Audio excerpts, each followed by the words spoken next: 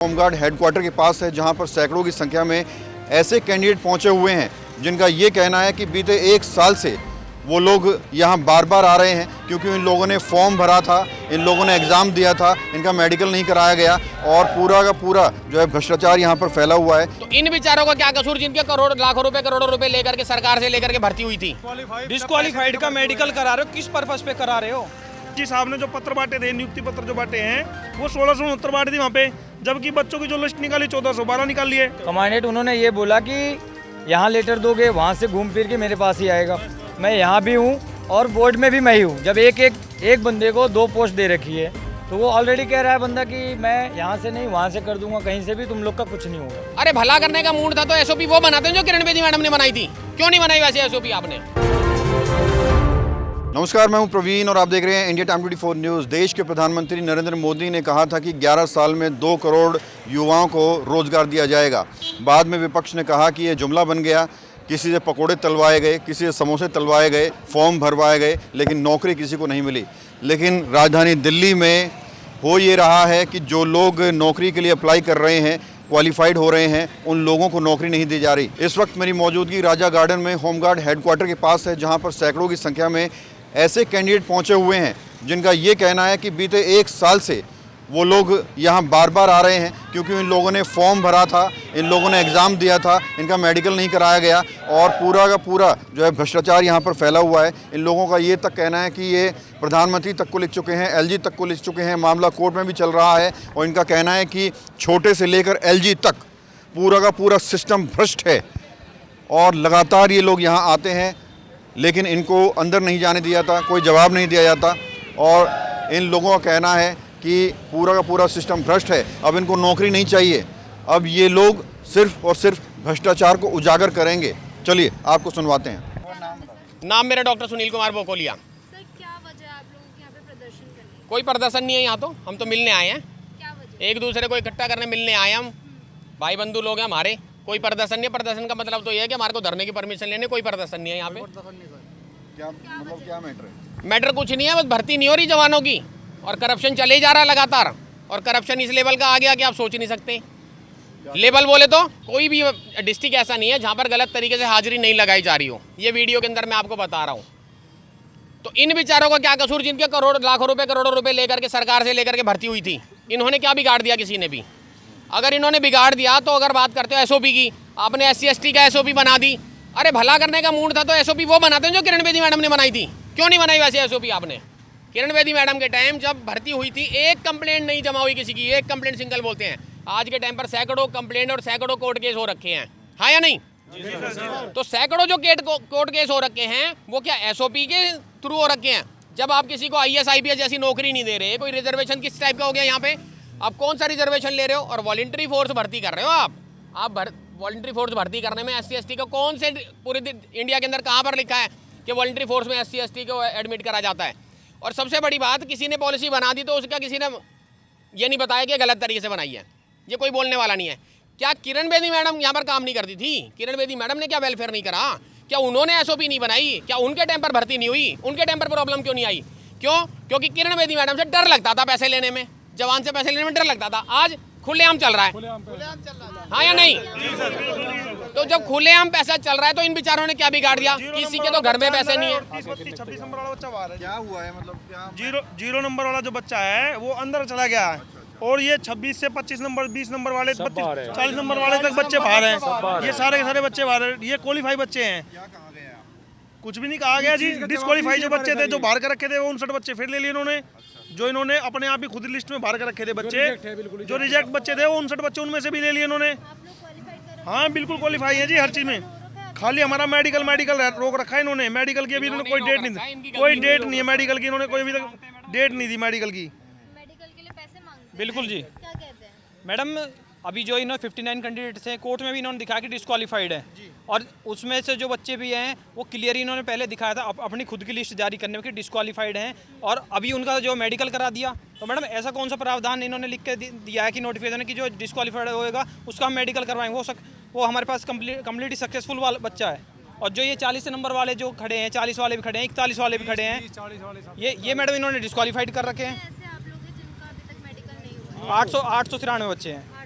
जी बोला नहीं क्या कि कब तक होगा, कितने मैडम कुछ नहीं, 1.5 साल से सिर्फ उसी को गुमराह करते आ रहे एक हैं। साल से ये सारे बच्चे परेशान हैं। इनकी प्रॉब्लम से किसी को कोई लेना देना नहीं है। इनके घर में सारा काम छोड़ करके इसी चक्कर में लगे रहते हैं। कभी यहाँ भाग, कभी दिल्ली गवर्नमेंट, कभी एलजी हाउस, कभी हेडक्वार्टर पर। सुनने वाला कोई नहीं है। बिल्कुल अंधी मची हुई है, हर हाल में अंधी मची हुई है। अरे इतना भ्रष्टाचार किस लिए, मुझे समझ में नहीं आ रहा। कहाँ से आ गया इतना भ्रष्टाचार? आपको लग रहा है पैसा वैसा लेके लोग जो है भर्ती कर रहे हैं? देखो जी, मैं खुद डीएस हूँ, यहाँ पर हाल यही है। अच्छा अच्छा। इतनी बड़ी बात बोल दी, इससे बड़ी बात कुछ नहीं बोल सकता। और अगली न्यूज़ के अंदर ये भी बताऊंगा कहाँ से कितना कितना क्या क्या करते हैं लोग ये, और कौन कौन सा अफसर क्या क्या मांगता है। पूरी डिटेल पड़ी हुई है मेरे पास में। और बोलो, कौन कौन मिला हुआ है इसमें? ये सारे अफसर मिले हुए हैं जी यहाँ पर। कोई अफसर ऐसा नहीं जो नहीं मिला हो। सब जगह रिपोर्टें दे दी, उपराज्यपाल, प्रधानमंत्री। उन्होंने पैसे दिए हैं, जी जो बंदा जी बिल्कुल दिए हैं मैडम, disqualified आ गया। बिल्कुल दिए हैं। डिस्क्वालीफाइड का मेडिकल करा रहे हो, किस पर्पस पे करा रहे हो? जब वो लोग डिस्क्वालीफाइड तुमने डॉक्यूमेंट्स में कर दिए, फिर अब सेलेक्ट कैसे कर लिए गए वो? आप लोगों ने एप्लीकेशन वगैरह दी? मैडम एप्लीकेशन इतनी दी है, पूरी सर्दी हाथ से के इन्होंने। कहाँ कहाँ तक आप लोगों ने एप्लीकेशन दी? मैडम हमने एलजी हाउस भी दी है। मान्य जो अभी की जो रेखा गुप्ता जी हैं हमारी, जो हमारे यहाँ की सीएम हैं, उनको भी दी, इस चीज़ में दे चुके हैं। कहीं से रिस्पॉन्स आया? मैडम कोई रिस्पांस नहीं आया, यहाँ तक कि हमारे डीजी साहब जो हैं उनसे भी कोई रिस्पांस नहीं आया। सर पहले भी आपने प्रोटेस्ट किया था तो सुनने में आया था पुलिस ने आपको भगाया था। जी बिल्कुल, हमारे साथ सभी बच्चों के साथ दुर्दशा कर दी गई। पिछली बार मारपीट पुलिस भी हुई। हकीकत में इनके तो गुलाम है। जी हकीकत में क्या किया था? तो सर उस टाइम पे जो है बच्चों को धमका के डरा के भगा के तुम पे जो है मुकदमे लगा दिए जाएंगे कि जिंदगी में कभी भर्ती देखने ना लोगे। ये पुलिस वालों ने हमसे कहा कि जिंदगी में कोई भर्ती देखने, यहाँ तो जो हुआ तुम्हारे पास वो तो तुम जानो, बाकी इतने मुकदमे लगाए जाएंगे कि जो तुम यहाँ पे शकल भी दिखाने नहीं आओगे कभी जिंदगी में। भर्ती तो सपने में भी नहीं सोच सकते तुम लोग। अच्छा, अभी जैसे आप बता रहे थे कि इसमें मेल और फीमेल कैंडिडेट्स जो थे उनके बीच में भी ऐसे कर रखा था कि घोटाला टाइप कर रखा था। बिल्कुल कर रखा है जी। क्या था वो मैटर?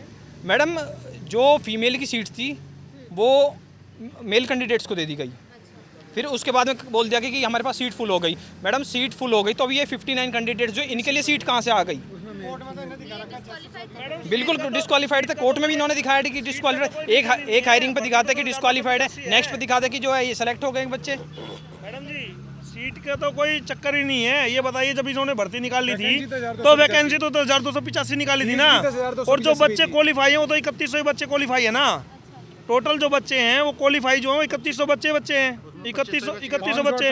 तो इन्होंने 285 वैकेंसी निकाली थी, वो बच्चे कहाँ गए बचे हुए बाकी? तो ये तो भर्ती तो अपनी मर्जी से कम ज़्यादा कर रहे हैं बार बार। और देखो एलजी साहब ने जो पत्र बांटे थे, नियुक्ति पत्र जो बांटे हैं, वो 1669 बांटे थे वहाँ पे, जबकि बच्चों की जो लिस्ट निकाली 1412 निकाल लिए। इनकी तो हर जगह पकड़ा पकड़ी है जी। इन्होंने तो पैसे ले लेके बच्चे बार पर भर्ती करके पूरा 1 साल हो गया। 1 साल के अंदर भी ये लगा लो अभी तक इनकी भर्ती चल रही है। ये कौन से प्रावधान में लिखा हुआ है कि 1 साल तक की भर्ती चलती रहेगी? जब इनका मन करा 59 ले लिए, जब इनका मन करा 25 ले लिए, जब इनका मन करा 60 ले लिए। ये कोई तरीका थोड़ी है, आप भी समझदार हो। बोर्ड में मैं ही बैठा हूँ। उन्होंने बोला यहाँ भी मैं ही हूँ, बोर्ड पे भी मैं ही हूँ, यहाँ से जाओगे। ये यहाँ के डीएसओ जो रिटायर्ड है, डीएसओ रावत जी, कमांडेंट, उन्होंने ये बोला कि यहाँ लेटर दोगे, वहाँ से घूम फिर के मेरे पास ही आएगा। मैं यहाँ भी हूँ और बोर्ड में भी मैं ही हूँ। जब एक बंदे को 2 पोस्ट दे रखी है तो वो ऑलरेडी कह रहा है बंदा कि मैं यहाँ से नहीं वहाँ से कर दूंगा, कहीं से भी तुम लोग का कुछ नहीं होगा, उसकी मर्जी। यहाँ बारिशों में कितनी बार हम लोग आके गए, कोई प्रावधान किसी का नहीं हुआ। 3 नंबर वाले पास और बाकी 0 वाले पास, बाकी 35-40 जो भी बच्चे हैं सब ऐसे ही घूम रहे हैं। किसी के पास ओबीसी सर्टिफिकेट है वो भी वैसे ही बाहर ही रख दिया।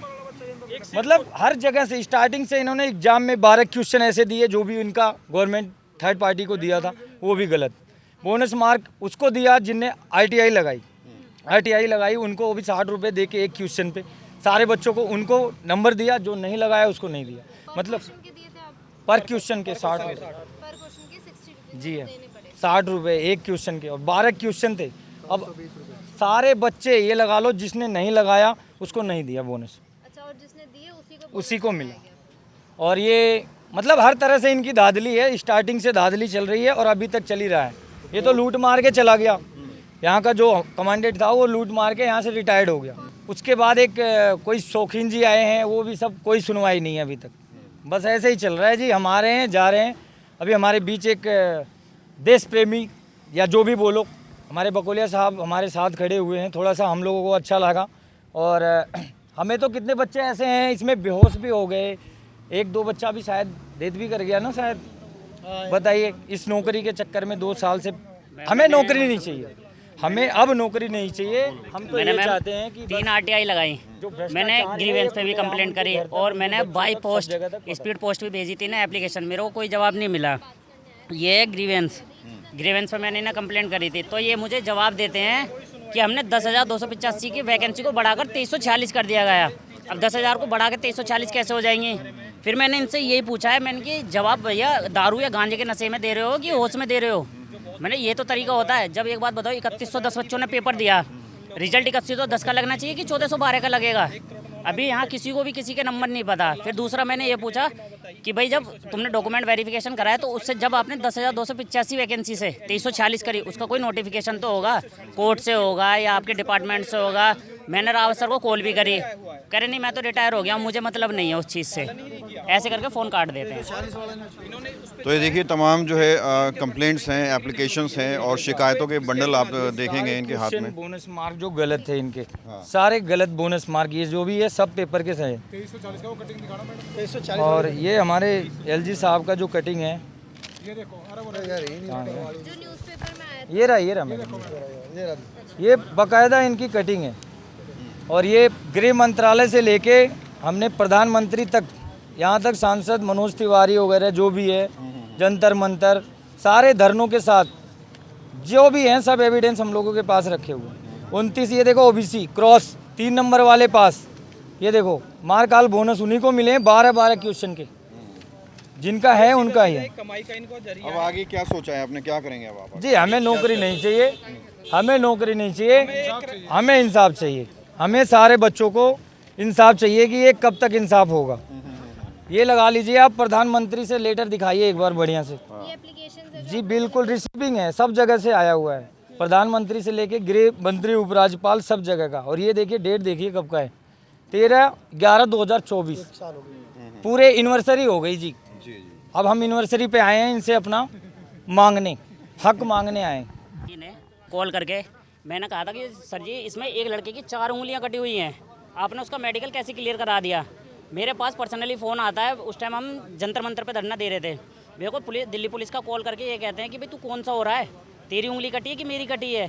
तो मेरे को धमका रहे थे कि तेरे को उठा लेंगे, घर से उठा लेंगे, तेरे खिलाफ FIR हो जाएगी। तो सोचो वो जिसकी 4 उंगलियां कटी हुई हैं उसका मेडिकल कैसे क्लियर हो गया?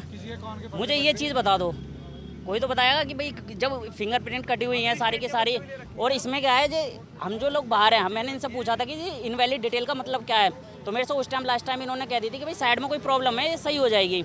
मैंने कहा सर जी दूसरे का खोलते हैं, उसका तो खुल जाता है, हमारे में इनवैलिड क्यों आ रहा है?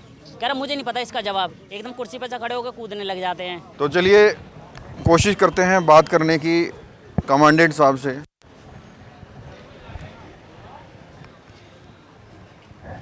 एंट्री हो जाएगी सर? अभी नहीं सर, परमिशन तो मिलना था हमें उनसे, जो सीनियर अधिकारी हैं, शौकीन जी। कमांड साहब है हाँ तो आए हुए हैं वो, आए हुए। तो एक बार फ़ोन करो ना, बोलो मीडिया वाले बात करना चाहते हैं, क्योंकि कुछ लोग हैं बाहर वो आरोप लगा रहे हैं। एक बार पूछ लो, हम लोग यहीं पे खड़े हैं, क्योंकि उनका जवाब लेना भी ज़रूरी है। बहुत सारे भ्रष्टाचार के लगातार जो है आरोप लगा रहे हैं ये जो कैंडिडेट आए हुए हैं, तो उनका जवाब लेना भी ज़रूरी है। एक बार आप परमिशन लो, हम मिलना चाह रहे हैं उनसे। कितना वेट करना पड़ेगा? अभी जा रहे हैं साहब। ठीक है। तो कमांडेंट साहब जो है जिनके ऊपर आरोप लग रहे हैं भ्रष्टाचार के, उनसे बात करने की हम लोग कोशिश करते हैं, क्योंकि हम मीडिया का चौथा स्तंभ है और हमारा फ़र्ज़ है कि अगर एक पक्ष का हमने रिकॉर्डिंग किया है तो दूसरे पक्ष का क्या स्टैंड है ये भी हम आपको दिखाएं। तो प्रयास यही है कि अंदर जाके जो कमांडेंट साहब हैं इनके, उनसे बातचीत ज़रूर करें और जानें कि आखिरकार क्या कुछ ये पूरा मामला है। तो लगभग 15 मिनट से हम लोग वेट कर रहे हैं यहाँ पर, जो इनके सीनियर अधिकारी हैं उनसे मिलने के लिए। उनको कॉल किया गया तो अब ये कह रहे हैं कि जो है एप्लीकेशन लिख कर देनी पड़ेगी। भैया क्या रहा उसका? अभी सर बता रहे हैं। कैसे मिलेगी परमिशन? मीडिया वालों को अंदर नहीं आने दे रहे हैं आप लोग। सर हमें मना कर रखा है। क्या करें? तो क्या है, क्या कहा है उन्होंने? आपने फ़ोन तो किया होगा ना, 10-15 मिनट हमें कम से कम हो गए हैं यहाँ पर। मना कर रहे हैं।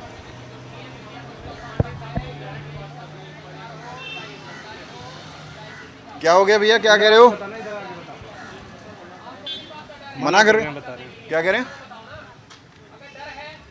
तो देखिए भैया, डर है तो अब नहीं बुलाओ, आपको डर नहीं है तो अब आकर के बात करिए। यही जो जवान है सर बताएंगे एक बार। हाजी सर आप मुझे बताओ क्या कौन सी क्या एप्लीकेशन क्या मांग कह रहा रहे है? हैं अंदर? कौन एक एप्लीकेशन बार मांग बुला रहा है लीजिए, एक बताओ बार ना, बुला लीजिए। एक बार एप्लीकेशन कौन मांग रहा हो बता दो मुझे आप। अगर हमसे भी या तो हमें ऊपर बुला लो या उनको नीचे भेज दो एक बार, हमें बात करनी है भैया। कोरोना काल नहीं है इस टाइम पे, लेकिन चेहरा नहीं दिखा पा रहे क्योंकि तो लगभग 15 मिनट का समय हो गया है। कभी वो फ़ोन पर ऊपर बात कर रहे हैं, कभी वो कह रहे हैं कि लिख कर देना पड़ेगा एप्लीकेशन तब अंदर जाने देंगे।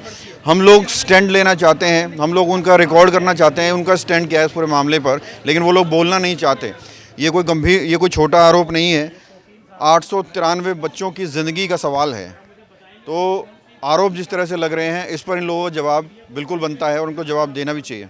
तो सैकड़ों जो कैंडिडेट्स हैं वो लगातार होमगार्ड हेडक्वार्टर डिपार्टमेंट पर भ्रष्टाचार के आरोप लगा रहे हैं। हम लोगों ने इनसे बात की और हम जो यहाँ के डायरेक्टरेट हैं शौकीन साहब, सुरेश शौकीन साहब, उनसे भी बात करना चाहते थे। हम गेट पर पहुँचे, बहुत रिक्वेस्ट की, उन्होंने ऊपर कॉल किया।